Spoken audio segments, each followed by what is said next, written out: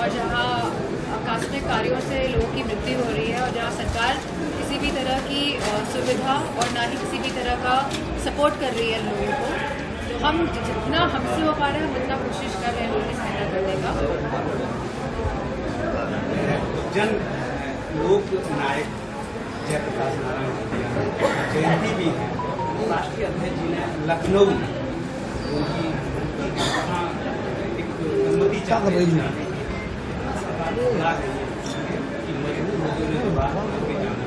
हम थोड़ा हंगामा कर रहे हैं, कोई अपराध कर दिया उन्होंने, क्योंकि लोकनायक जिनके वो जाने गए हैं हमारे आदरणीय जयप्रकाश जी, क्योंकि वो एक समाजवादी लीडर थे, एक क्रांतिकारी लीडर थे और एक सच्चे राष्ट्रवादी नायक थे। तो मैं समझती हूँ जो समाजवादी पार्टी द्वारा जो जेपी इंस्टीट्यूट जो बनाया गया है जयप्रकाश नारायण जी का,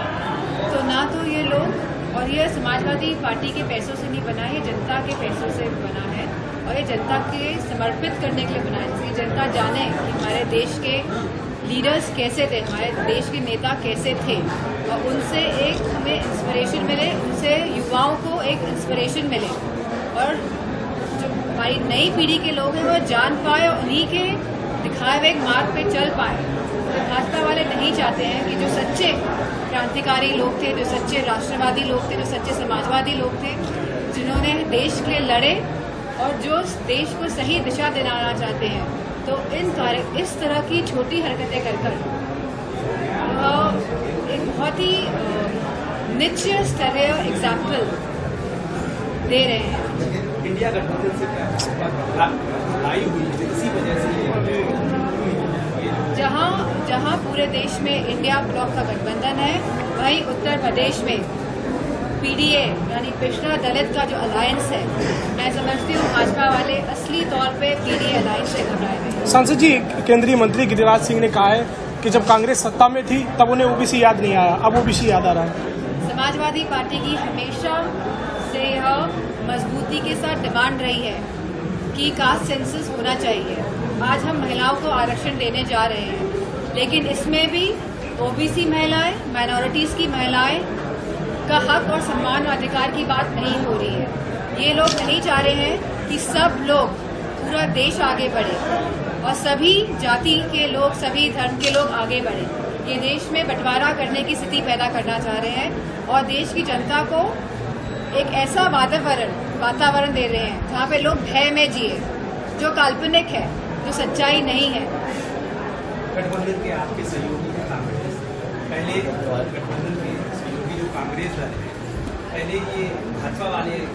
पप्पू कह के राहुल गांधी को नामित करते हैं, अब तो उनको थोड़ा रावण की परिभाषा देती है। तो क्या समझा जाए, रावण ने तो साम्राज्य स्थापित किया था, ये गठबंधन इकट्ठा होके मोदी को जो मूलभूत के जो सवाल थे, जहां हम अच्छी शिक्षा अपने बच्चों को, अच्छा स्वास्थ्य अपने परिवार को, और जो सरकार की भी जिम्मेदारी है, जो ये पूरी तरह विफल रही है, जहां वो रोजगार देने में विफल रही है, जहां वो आर्मी में यानी फौज में नौकरी देने में विफल रही है, और जो इनकी जो यह एक योजना आई है जो अग्निवीर बनाएगी, जिसके बारे में कोई भी क्लियर पिक्चर नहीं है, तो मैं समझती हूँ। और जहाँ यह सरकार के जो वेल्थ है, जो सरकार की जो वेल्थ है, जिस तरह एयरपोर्ट्स हैं हमारे, जिस तरह रेलवेज है, जिस तरह रेलवेज के साइड में जो ज़मीनें हैं, इन सबको बेच रही है, इन सबका प्राइवेटाइजेशन कर रही है। तो मेरा मानना है कि सरकार गलत दिशा में देश को लेके जा रही है, जहां उसे कोई चिंता नहीं है देश की महिलाओं की, देश के युवाओं की, देश की जनता की। मुख्य चुनाव यादव के खिलाफ एलडीए मुकदमा दर्ज कराना जा रहा है कि उन्होंने नियम विरुद्ध गेट फैलाकर मूर्ति पे माल्यार्पण करेंगे, क्या ये सही है? क्या ये इनका ये सरकार चाहे तो कुछ भी कर सकती है। ये बुलडोजर चलाती है लोगों के घरों में, किस रूल के तहत ये बुलडोजर चलाती है? क्या न्यायपालिका नहीं है हमारे देश में? आप किस तरह का मैसेज देना चाह रहे हैं? तो ये भी उसी तरह का मैसेज देने की कोशिश की जा रही है। मुख्य चुनाव आयुक्त तो राजीव कुमार ने कहा है कि आचार संहिता लागू होने के बाद किसी भी पार्टी ने अगर घोषणा लाभ देने की घोषणा की तो उसके खिलाफ कार्रवाई होगी। लाभ देने वाली घोषणा की अगर बात की तो उसके खिलाफ कार्रवाई की जाएगी। लोग मैनिफेस्टो की बात करते हैं, ये डेमोक्रेसी का एक स्ट्रक्चर है जहां पार्टी बताती है कि वो